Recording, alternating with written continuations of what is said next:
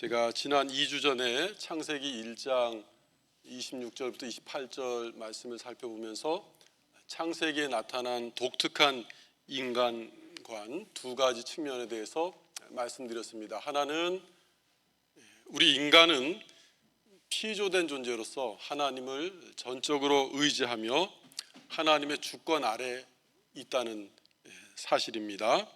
우리가 매주 고백하는 사도신경의 첫머리에도 나오는 이 고백은 우리 삶의 주인이 과연 누구신가 하는 것을 우리에게 잘 보여줍니다. 두 번째로 창세기 본문이 보여주는 기독교 인간관의 또 다른 중요한 특징 중에 하나는 우리에게 하나님의 형상이 부여되었다는 점입니다. 그 어떤 다른 피조물에게도 부여되지 않은 이 하나님의 형상이 우리에게 부여되었기 때문에 우리의 삶에는 전적인 하나님의 주권 아래 있다는 그 조건과 동시에 자유와 또 존엄함 그리고 책임이 각자에게 주어졌다는 것이죠. 그러니까 우리 삶에 대한 책임을 우리가 하나님 앞에서 져야 한다 하는 말씀입니다. 장차 우리에게는 이런 사실 때문에 하나님 앞에서 우리가 받은 시간, 재능, 또 물질 이런 것들을 어떻게 사용했는가 우리가 하나님 앞에서 이제 남김없이 해명해야 할 때가 오는 것입니다. 이처럼 하나님을 전적으로 의존하는 동시에 삶에 따른 이 책임을 스스로 져야 한다는 인격적인 하나님의 형상이라는 이 두 가지가 우리 기독교 인간관의 가장 핵심적이고 독특한 측면이라고 할 수 있겠습니다. 그러면 오늘은 이런 성경적 인간관이 이제 오늘날 살아가는 저와 여러분에게 어떤 함의가 있는가 하는 것을 한번 생각해 보려고 합니다. 오늘도 역시 우리가 창세기 본문을 통해서 하나님께서 이 태초에 지으신 아담의 존재를 통해서 우리 삶과도 어떤 직접적인 연관성이 있음을 보여주고 계신데요. 저는 이 점을 세 가지로 제시해 드리려고 합니다. 첫 번째는 창세기 인간관 또는 기독교 인간관이 우리에게 보여주는 사실은 우리가 하나님의 피조물로서 언약적이고 하나님께 의존하는 존재라는 사실입니다. 창조주 하나님과 우리가 직접 만날 수는 없습니다. 그래서 하나님께서 이 언약을 매개물로 이제 우리와 만나게 되시는 것이죠. 그러니까 언약은 하나님께서 사람과 관계를 맺으시기 위해서 자기 자신을 정말 낮추신 것을 우리에게 보여주는 것입니다. 그러니까 하나님의 엄청난 신적인 겸손이 인간을 향해서 맺으신 이 언약 안에서 보여지고 계신 것이죠. 오늘 우리가 읽은 이 2장 말씀에는 하나님께서 아담과 언약을 맺으셨다는 직접적인 언급은 없습니다. 하지만 모든 정황을 살펴볼 때 이 본문에는 하나님과 아담이 언약을 맺었다 하는 사실을 알 수 있고요. 그래서 오늘 본문에 등장하는 이 생명나무 그리고 선악수, 선악지식의 나무 이 두 나무가 우리에게 그 사실을 단적으로 보여준다고 할 수 있습니다. 16절과 17절을 다시 보실 텐데 우리 장로교 개혁파 신앙의 전통 안에서는 이 내용을 하나님과 아담이 이제 행위 언약을 맺으신 것이다 이렇게 보고 있습니다. 다시 한번 제가 읽어보겠습니다. 여호와 하나님이 그 사람에게 명하여 이르시되 동산 각종 나무의 열매는 내가 임의로 먹되 선악을 알게 하는 나무의 열매는 먹지 말라. 내가 먹는 날에는 반드시 죽으리라 하시니라.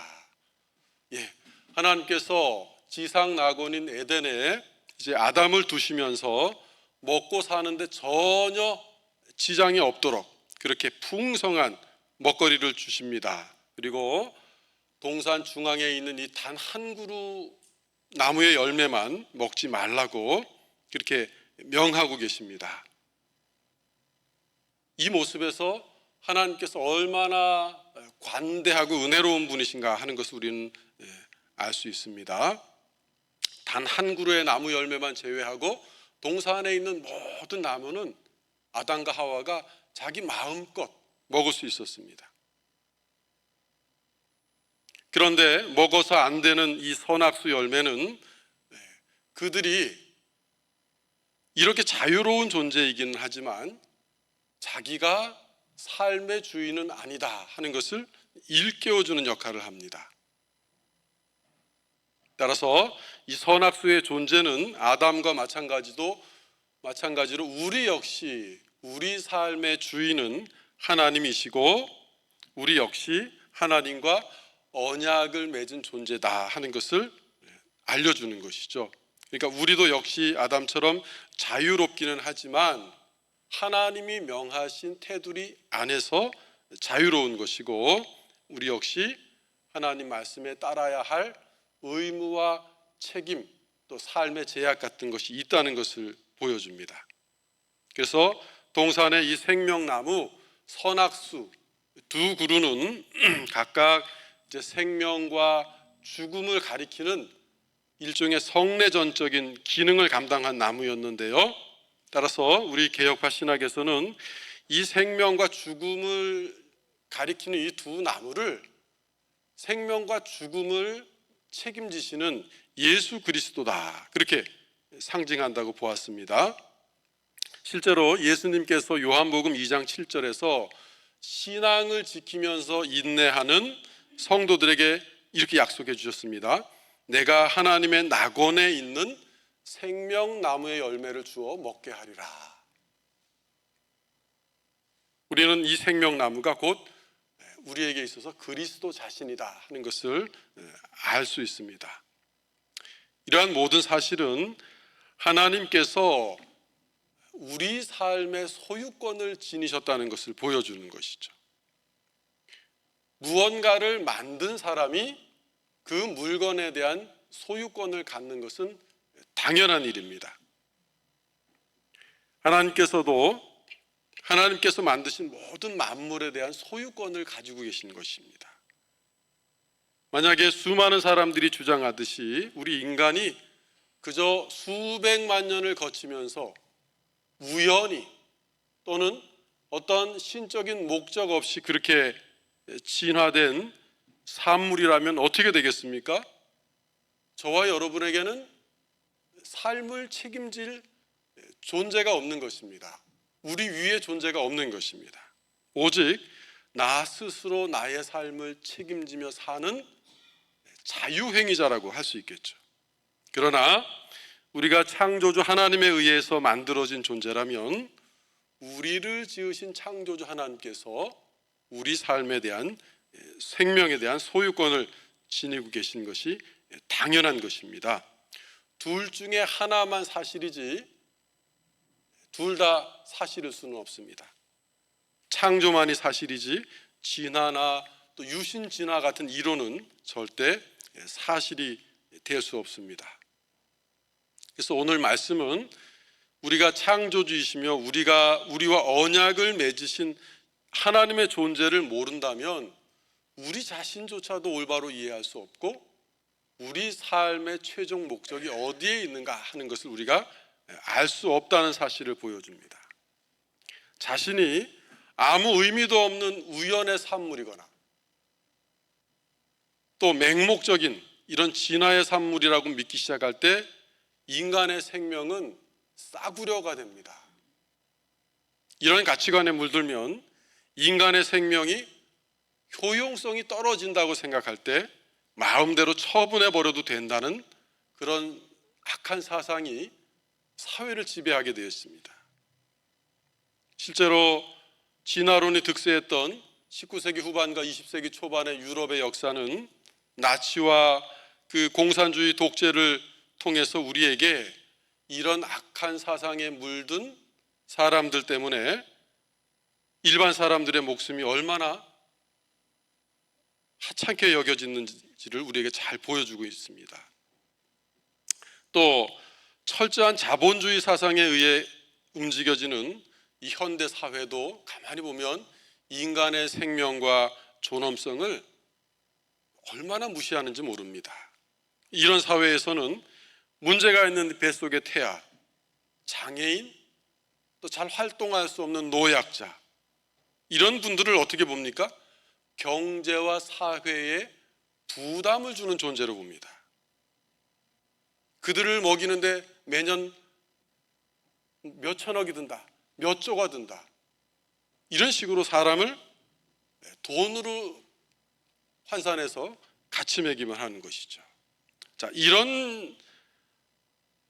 이렇게 사람을 치부하기 시작하면 그 다음 단계로 어떤 악한 사람이 정권을 잡거나 권력을 잡으면 인종성소, 사회로부터 쓸모없는 자들을 격리시키는 조치, 이런 것은 너무나 쉽게 일어날 수 있다는 사실입니다. 그래서 우리 시대의 이런 충격적인 죄악들, 부모가 자식을 내버리고 또 자식이 부모를 학대하는 이런 것들을 가만히 보면 인간의 목숨이 하나님이 주신 것이라는 그 개념이 없을 때 일어나는 것을 우리가 보게 됩니다. 그래서 우리 사회의 미래는 우리 인간이 역사의 우연한 산물인가, 아니면 하나님의 특별한 피조물로서 하나님께 의존하는 언약적인 존재인가, 이것을 믿는지에 따라서 이제 방향이 판이하게 달라질 것입니다. 단지 창세기가 보여주는 인간관이 이론에 그치는 게 아니라는 사실입니다. 두 번째로, 오늘 창세기 인간관은 우리 삶의 자리를 하나님께서 각자에게 지정해 주신다는 사실을 보여줍니다. 오늘 본문 8절을 다시 한번 보시면 함께 읽어보시겠습니다. 시작. 여호와 하나님이 동방의 에덴에 동산을 창설하시고 그 지으신 사람을 거기 두시니라. 물론 이제 지금으로서는 에덴의 위치가 어디였는지 우리가 정확히 파악하는 것은 거의 불가능합니다. 노아 때의 대홍수로 인해서 땅 속에 격변이 일어나고 또 이 지층이 흔들리고 이동이 심했습니다. 그래서 지형이 아주 달라졌기 때문에 에덴 동산이 어디 있는지 우리가 정확하게 추론할 수는 없지만, 그러나 어쨌든 에덴 동산이 실제하는 장소였다는 사실은 매우 중요합니다. 오늘 본 말씀에 보니까 에덴이 동쪽에 있었다고 알려져 있습니다. 동쪽. 어디를 기준으로 동쪽이냐? 이제 지금 창세기를 비롯한 이 모세오경은 광야에 있던 이스라엘에게 계시된 말씀이라는 점을 생각해 볼 때, 여기서 동쪽은 광야가 있던 그 광야와 시내산을 기점으로 오른쪽, 동쪽이었음을 알 수가 있습니다. 그리고 이 동쪽에 한 동산이 있었는데 그 동산에 4개의 강이 흘렀다고 합니다. 보통은 여러 지류가 이렇게 모여서 큰 강을 이루는 것이 보통인데, 이 강은 특이하게도 하나의 그 원천에서 강이 4개로 이렇게 흩어졌다고 말합니다.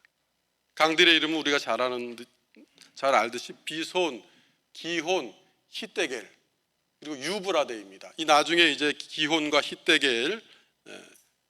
히데겔과 유브라데는 오늘날에도 티그리스, 유프라테스 강으로 여전히 그 명맥을 유지하고 있습니다. 따라서 우리가 에덴 동산의 이 가장 이제 유력한 위치로는 아마 터키 동북부 또 아르메니아 남북부에 있는 그 산 어디쯤이 아닌가, 이제 한번 생각은 해볼 수 있는 것이죠.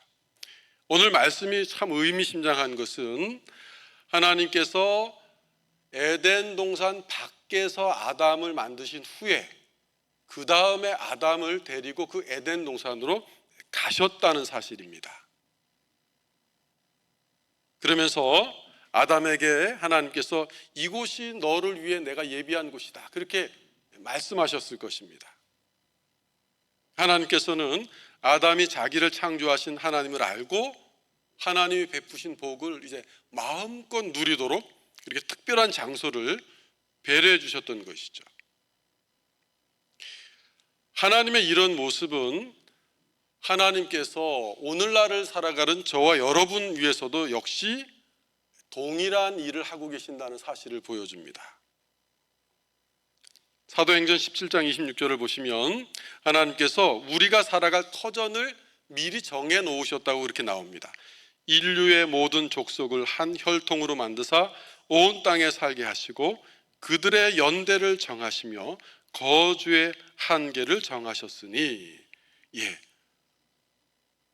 우리 장로교인들은 하나님의 주권과 또 그 하나님께서 현재적으로 섭리하신다는 사실을 믿습니다. 그러니까 이런 사실에 비춰볼 때 저와 여러분이 대한민국 땅에, 그것도 부천이라는 지역에, 그것도 송내중앙교회에서 이렇게 하나님을 섬기게 된 것은 그냥 이루어진 것이 아니고 하나님의 섭리라는 것이죠. 동방의 에덴의 동산을 창설해 두시고 아담을 그리로 이끌어 가셨던 하나님께서 저와 여러분의 삶의 자리도 정해 주셨다는 사실을 우리는 인정하면서 살아가야 합니다.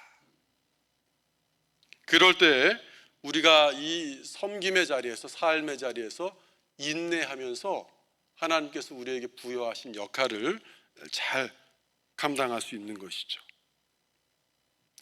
저도 이 설교를 이제 다시 준비하면서 작년 이맘때 제가 뭘 하고 있었나 한번 뒤돌아봤습니다. 페이스북에 이제 보면 작년에 뭘 했나 올려주는 기능이 있어서 기억을 더듬는데 좀 도움이 되었는데요. 제가 작년 이맘때 뭘 했냐고 보니까 이제 처음에 태국에 선교를 나가려다가 나중에 이제 불가리아로 다시 나가려고 막 준비하고 있던 때였습니다. 그리고 실제로 이제 또 한 몇 주 뒤면 제가 불가리아를 2주 동안 돌면서 그곳에 우리 교단 선교사님이 단 한 분만 계시다는 사실을 알고 이제 불가리아로 나가려고 막 준비를 했었습니다. 자, 그런 점을 제가 이제 뒤돌아보면서 지금 제가 올해 같은 1년 후를 뒤돌아보니까 부천이라는 생전 처음 온 도시에서 이렇게 제가 송내중앙교회에서 부목사로 섬기고 있다, 이런 것을 보면 사실 설명이 잘 안 됩니다. 이게 어떻게 이렇게 된 일이지? 하나님의 섭리임을 그저 저는 인정하면서 섬길 뿐입니다. 이처럼 우리가 지금 살고 있는 지역, 소속되어 있는 이 지상에 보이는 교회 모두 하나님께서 지금 우리를 위해 예비해 두셨다는 것이죠. 어디 그뿐이겠습니까? 오늘 아담과 하와를 이렇게 하나님께서 묶어주시는 장면을 우리에게 보여주시지 않습니까? 이것은 우리의 배우자와 가족들도 하나님이 묶어주신 것이라는 사실을 다시 한번 우리는 인식해야 됩니다. 사실 그 가족 간의 성화의 마지막 단계가 부부 관계라는 것을 들었습니다. 정말 부부싸움 참 평생의 과제죠. 하지 말아야지 하는데 또 어느 순간 아내와 다투고 있는 저를 보게 되면 참 쉽지가 않습니다. 우리가 아내와 남편을 사랑하고 또 자녀들을 향해서 계속 인내할 수 있는 그 힘이, 근본적인 그 원동력이 어디서 오느냐? 하나님이 우리를 묶어주셨다는 것을 계속 인식할 때 우리는 그 관계를 인내하며 유지할 수 있는 것이죠. 살면서 얼마나 많이 갈등하고 말다툼을 합니까? 그러다가 정말 심각해지면 서로 다시는 보지 않을 듯이 그렇게 상처를 주는 말을 할 수도 있는 것이죠.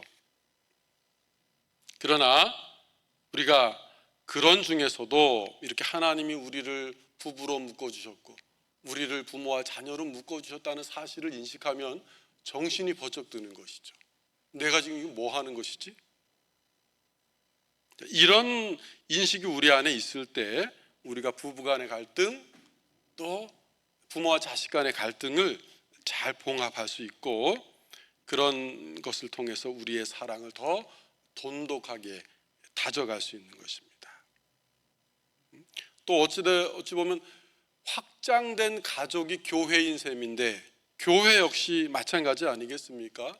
이 많은 개성을 가진 성도님들이 모였는데, 또 각종 죄인들이 모이는 곳이 교회인데, 교회에 어찌 갈등이 없겠습니까? 갈등이 없는 교회는 세상에 존재하지 않을 것입니다.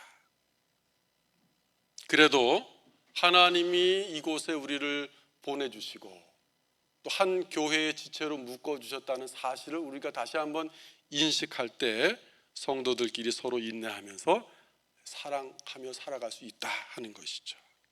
그렇다면 앞으로 내가 이곳에 우연히 있게 되었다, 내가 더 좋은 곳으로 갈 수 있었는데 이곳에서 벗어나지 못한다, 만약에 이렇게 생각하는 성도님들은 앞으로 아무도 없으시기를 바랍니다.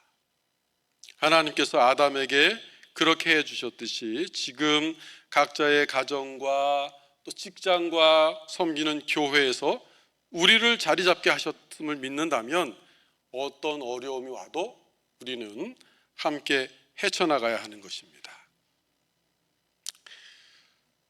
교회 안에서 이렇게 개성이 다양한 분들이 모였다는 사실을 생각하다가 제가 몇 년 전에 혼자 성경을 읽다가 막 혼자 박장대소 한 일이 있습니다. 이제 에스라서를 읽고 느헤미야서를 읽는데 갑자기 이 두 지도자의 리더십이 너무 다르다는 것이 제 눈에 확 들어왔습니다. 에스라는 선지자이고 제사장이고 학사였는지 그 사람들이 죄를 지었을 때 에스라는 어떻게 반응하느냐? 자기 옷을 찢고 자기 수염을 뜯으면서 그 자리에 앉아서 그냥 웁니다. 그런데 느헤미야는 보니까 말썽 부리는 사람들을 어떻게 했느냐? 자기 머리를 뜯는 게 아니고 그들의 머리를 잡아 뜯습니다. 참 두 리더십이 다르다는 걸 생각하면서 제가 막 웃었던 일이 있는데, 잠깐 제가 곁길로 빠졌지만 어쨌든 교회 안에 이렇게 다양한 부류의 인간 군상이 존재한다는 것은 참 하나님의 관점에서 볼 때 우리에게 흥미로운 일이고, 그만큼 우리가 이렇게 하나님의 사랑 안에서, 성령 안에서 한 믿음을 가지고 서로의 사랑의 관계를 유지한다는 것이 얼마나 큰 은혜가 필요한 일인가 하는 것을 다시 한번 생각해 볼 수 있습니다. 세 번째로 창세기 인간과는 하나님께서 우리 각자의 삶에 아주 지대한 관심을 가지고 계시고, 또 우리가 살면서 해야 할 일까지도 하나님이 친히 인도해 주신다 하는 사실을 우리에게 보여줍니다. 오늘 15절과 19절 말씀이 이 사실을 잘 보여줍니다. 15절 말씀, 19절 말씀 다시 한번 읽어보시겠습니다. 먼저 15절을 함께 읽으시면 시작. 여호와 하나님이 그 사람을 이끌어 에덴 동산에 두어 그것을 경작하며 지키게 하시고, 그 다음 19절입니다. 여호와 하나님이 흙으로 각종 들짐승과 공중의 각종 새를 지으시고 아담이 무엇이라고 부르나 보시려고 그것들을 그에게로 이끌어 가시니 아담이 각 생물을 부르는 것이 곧 그 이름이 되었더라. 우선 15절 말씀은 아담이 그냥 단순한 동산지기가 아니었다는 사실을 보여줍니다. 이 말씀은 하나님께서 아담을 최초의 제사장격인 존재로 부르셨다는 점을 우리에게 보여줍니다. 어떻게 이 사실을 알 수 있느냐? 일단 유추에 의해서 알 수 있습니다. 후대에 이스라엘 성전이 제사장을 통해서 하나님이 이제 독특하게 임재하시는 그런 공간이었다는 사실에 비춰볼 때 에덴 동산 역시 아담의 이 존재를 통해서 임재하시는 하나님과 아담이 대화를 나눈 장소였습니다. 그런 것을 볼 때 아담 역시 제사장적 존재였다는 사실을 우리가 유추해 볼 수 있고요. 또 실제적으로 이제 쓰인 단어를 통해서도 그 사실을 볼 수가 있는데, 창세기 3장 8절에 보면 하나님께서 이제 동산에서 거니신다는 표현이 나오는데요. 이 표현이 나중에 어떤 데서 쓰이느냐, 성막에서 하나님이 임재하시는 모습을 묘사할 때도 동일한 단어가 사용되었습니다. 대표적으로 두 군데만 읽어드리면, 우선 레위기 26장 12절입니다. 나는 너희 중에 행하여 너희의 하나님이 되고 너희는 내 백성이 될 것이니라. 여기 이제 행하여라고 쓰인 단어가 히브리어를 보면 동산을 거니셨다는 이 하나님의 모습을 묘사할 때 쓰인 단어와 동일한 단어입니다. 또 한 군데 더 보시면 사무엘하 7장 6절에서 7절인데요. 내가 이스라엘 자손을 애굽에서 인도하여 내던 날부터 오늘까지 집에 살지 아니하고 장막과 성막 안에서 다녔나니 이스라엘 자손과 더불어 다니는 모든 곳에서 내가 내 백성 이스라엘을 먹이라고 명령한 이스라엘 어느 지파들 가운데 하나에게 내가 말하기를 너희가 어찌하여 나를 위하여 백향목 집을 건축하지 아니하였느냐고 말하였느냐. 여기도 역시 성막 안에서 하나님께서 다녔다는 표현이 나오는데요. 이 다녔다는 단어 역시 에덴 동산을 거니셨다는 3장 8절의 단어와 동일한 히브리어입니다. 그러니까 에덴 동산과 후에 성막 또 성전에 임재하시고 거니셨던 하나님은 아담이 그저 한 역사적인 실존 인물이라거나 또 동산을 지키는 단순한 동산지기가 아니고 후대의 성막과 성전의 원형이 되는 이 에덴을 지키고 다스리는 제사장적 존재였다는 사실을 우리에게 보여줍니다. 그리고 가장 강력한 정황은 우리가 오늘 읽은 2장 15절 말씀에 나옵니다. 2장 15절을 보시면 하나님께서 여호와 하나님이 그 사람을 이끌어 에덴 동산에 두어 그 다음 그것을 경작하며 지키게 하시고, 이 말씀이 나옵니다. 이 경작하며 지키다를 의미하는 두 단어 역시 어디에서 쓰였냐 하면 후에 이제 성막에서 봉사하며 지키던 레위인과 제사장들을 묘사하는데 동일하게 쓰였습니다. 민수기 3장 6절에서 8절에 하나님께서 이제 레위 지파를 향해서 제사장 아론을 도울 것을 명령하시는 장면이 나옵니다. 레위 지파는 나아가 제사장 아론 앞에 서서 그에게 시종하게 하라. 그들이 회막 앞에서 아론의 직무와 온 회중의 직무를 위하여 회막에서 심호하되 곧 회막의 모든 기구를 맡아 지키며 이스라엘 자손의 직무를 위하여 성막에서 심호할지니. 여기 회막의 모든 기구를 맡아 지킨다, 또 직무를 위하여 회막에서 심호한다 할 때 이 히브리어 단어가 아담이 동산을 경작하며 지킨다고 했을 때 쓰인 단어와 동일한 단어입니다. 자, 이러한 묘사는 아담이 하나님께서 독특하게 임재하셨던 이 최초의 성전으로 볼 수 있는 에덴 동산에서 하나님을 위해 섬기는 그런 원형적인 제사장이었다는 사실을 보여줍니다. 그래서 우리가 이런 사실을 통해서 그럼 우리의 삶과 활동 역시 이런 의미가 있다는 사실을 우리는 볼 수 있는 것이죠. 우리에게는 어떤 에덴 동산이 있습니까? 우선 우리가 가장 먼저 지켜야 할 영역으로 우리 마음이 에덴 동산입니다.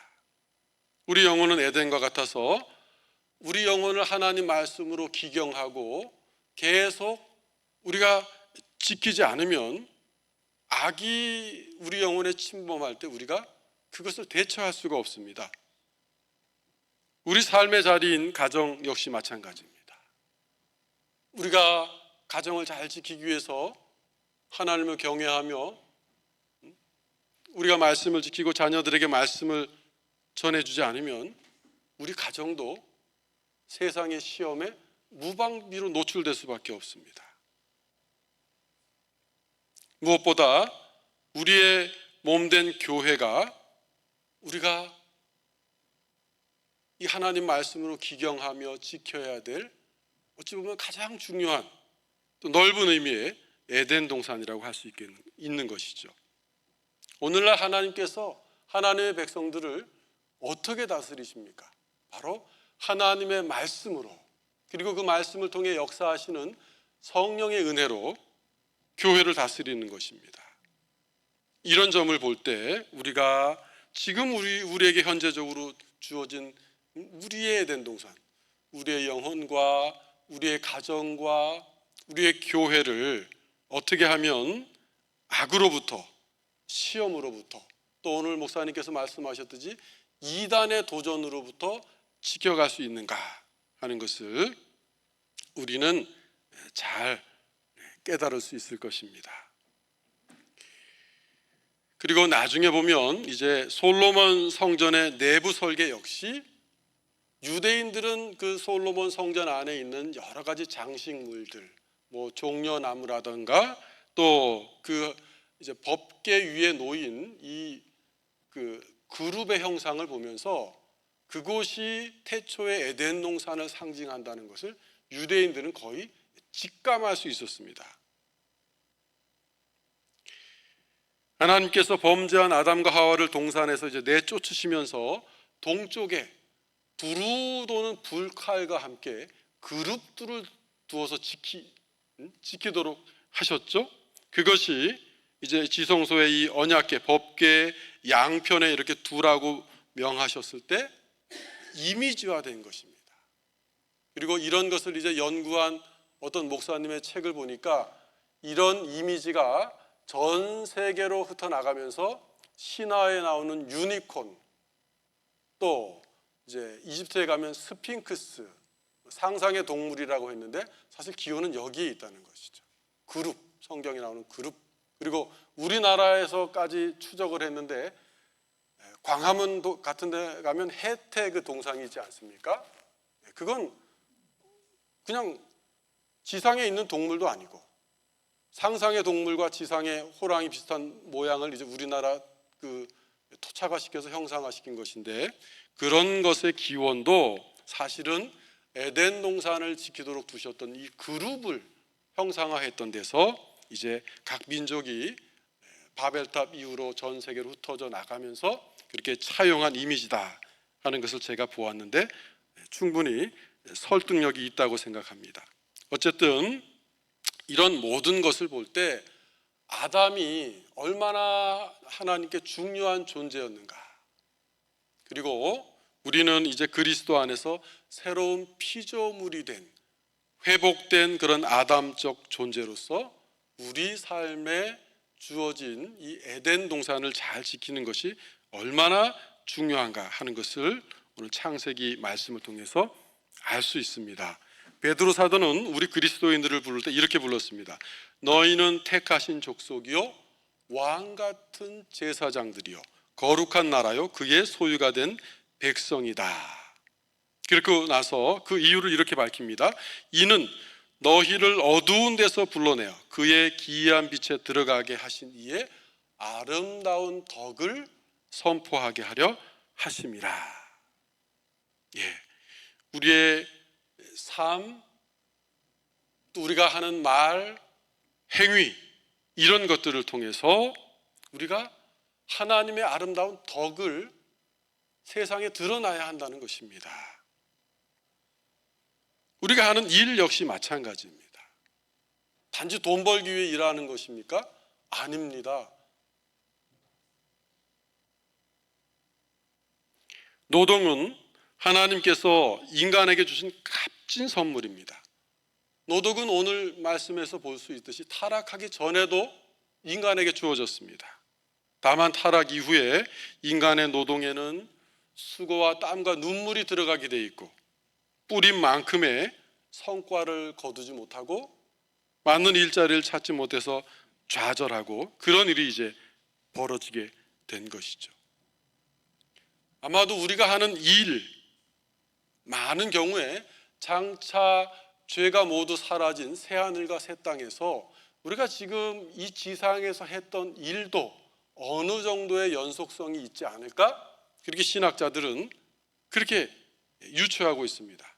그러니까 여러분이 지금 이 땅에서 잘 하시는 일은 단순히 이 땅에서 그치는 것이 아니고 영원한 일이 있다는 것이죠.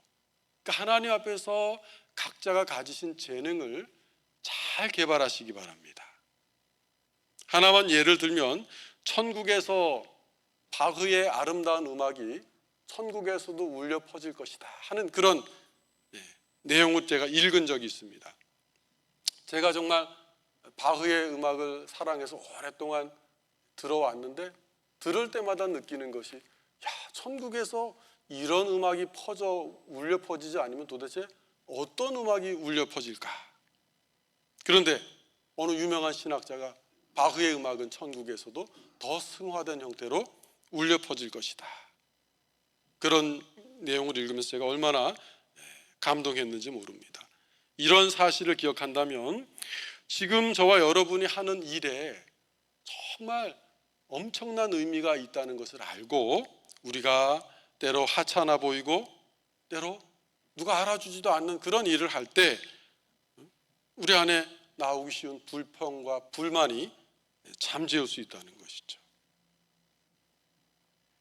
오늘 하나님께서는 아담에게로 동물들을 데리고 오시면서 아담이 어떻게 하시나 관심을 가지십니다. 마찬가지입니다. 하나님께서는 오늘 성도님들이 집에 가서 밥을 하고 빨래를 하시고 자녀들을 거두어 먹이시고 하는 이 모든 일에 하나님이 지금 큰 관심을 가지고 계신다는 것입니다. 남들 보기에 거창한 일에만 하나님이 의미를 두시는 것이 아닙니다.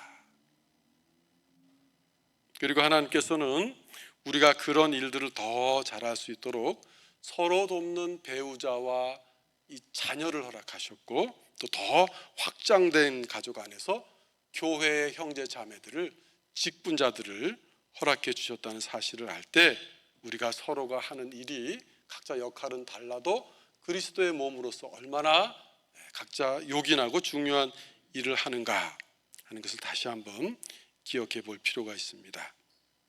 물론 지금으로서는 죄악 때문에 우리의 삶과 하는 일이 결혼 생활이 많이 뒤틀어지고 망가졌습니다. 이상을 볼 때 우리의 현실은 때로 너무나 우리에게 좌절과 슬픔을 가져옵니다. 자, 그렇다고 할지라도 예수님께서 이 땅에 오신 이유, 우리의 이 죄로 더럽혀지고 깨진 삶을 지금부터 회복해 주시기 위해 오셨다는 사실을 기억하면서 오늘 우리는 힘을 내야 합니다. 내가 온 것은 양으로 생명을 얻게 하고 더 풍성히 얻게 하려 함이라. 예수님이 이렇게 말씀하셨습니다. 이제 말씀을 마치겠습니다. 하나님께서는 저와 여러분이 창조주이시고 주인 되시는 하나님을 늘 기억하며 그렇게 섬기고 살기를 하나님은 바라십니다. 우리는 하나님과 언약 관계 아래에 있습니다. 하나님이 친히 이 낮은 땅에 오셔서 우리와 언약을 수립해 주셨다는 사실, 우리가 얼마나 하나님의 이 신적 자기 낮추심에 우리가 겸비하게 그렇게 반응해야 하는지 모릅니다. 그리고 우리 삶의 모든 자리는 하나님이 정해 주셨다는 것을 다시 한번 기억할 필요가 있습니다. 우리가 태어난 가정, 지금 살고 있는 지역, 우리가 하는 일, 또 이 땅에 보이는 교회에서 섬기는 모든 것, 하나님께서 우리를 위해 마련해 주신 것입니다. 그리고 이 모든 것은 이제 하나님의 주권적인 섭리로 인해서 존엄하고 가치 있는 것이 되는 것입니다. 그리고 우리는 예수 그리스도 안에서 구원받고 하나님의 형상을 회복한 존재로서 이제 타락하기 전 이 아담이 가졌던 제사장적인 본분을 이어받아서 우리에게 주신 에덴을, 우리의 영혼과 가정과 또 교회를 하나님 말씀으로 잘 기경하며 그렇게 주신 터전을 지켜나가야 하겠습니다. 성령께서 저와 여러분을 도우셔서 또 한 주간도 그렇게 하나님의 말씀을 붙들고 성령의 도우심을 의지하는 가운데 우리 영혼과 삶의 터전을 잘 그렇게 보존하고 지키시다가 또 다음 주에 예배에 와서 하나님을 찬양하며 하나님의 은혜를 서로 나누는 귀한 시간 되도록 해주시기를 간절히 소원합니다. 기도하시겠습니다. 하나님 아버지, 오늘 창세기 2장 말씀을 통해서 하나님께서 저희 각자의 삶의 자리를 인도하여 주시고 또 주권적으로 그것을 베풀어 주시고 우리가 모두 타락 전에 이 아담의 모습을 보며 예수 그리스도 안에서 구원받고 회복된 왕 같은 제사장으로서 하나님의 나라를 위하여 우리의 영혼과 가정과 교회를 잘 지키며 나가도록 부르셨음을 다시 한번 상고해 보았습니다.